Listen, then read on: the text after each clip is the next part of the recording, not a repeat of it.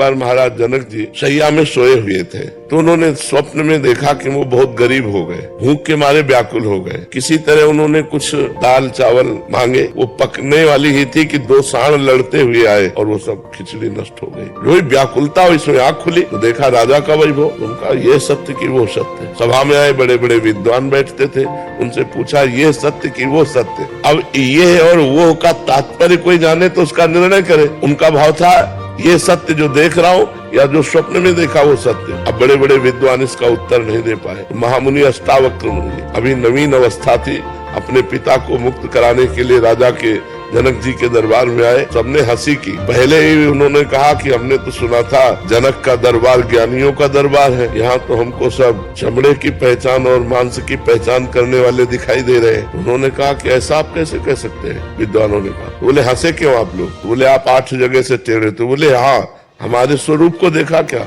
हमारे शरीर को देखा तो शरीर में क्या है? चाम हड्डी मांस। तो यही चीज देखने वाले आप लोग हो। आप लोग ज्ञानी तो हो नहीं, क्योंकि ज्ञानी स्वरूप देखता है, शरीर नहीं। अब सबके होश उड़ गए कि बालक कोई साधारण नहीं। तो जनक जी से कहा हाँ जनक बोल, तेरा क्या प्रश्न है? उनका ये सत्य कि वो सत्य? बोले ना ये सत्य ना वो सत्य। जब तू जागृत में था अपने को राजा देख रहा था, थोड़ी देर में स्वप्न में गया तो भिखारी देखा, लेकिन जब जगा तो फिर राजा देखा। तो जो कुछ ही क्षण में असत हो जाता है वो सत्य कैसे हो सकता है? ये सत्य ना हो सकता। अष्टावक्र गीता का उपदेश करके जनक जी को परम बोध प्रदान किया महामुनि अष्टावक्र जी ने। तो ये जब हमारे ज्ञान में आ जाता है कि न जय सत्य न पराजय सत्य, न मान सत्य न अपमान सत्य, तो ब्रह्म की जिज्ञासा रखने वाला सम को प्राप्त होता है।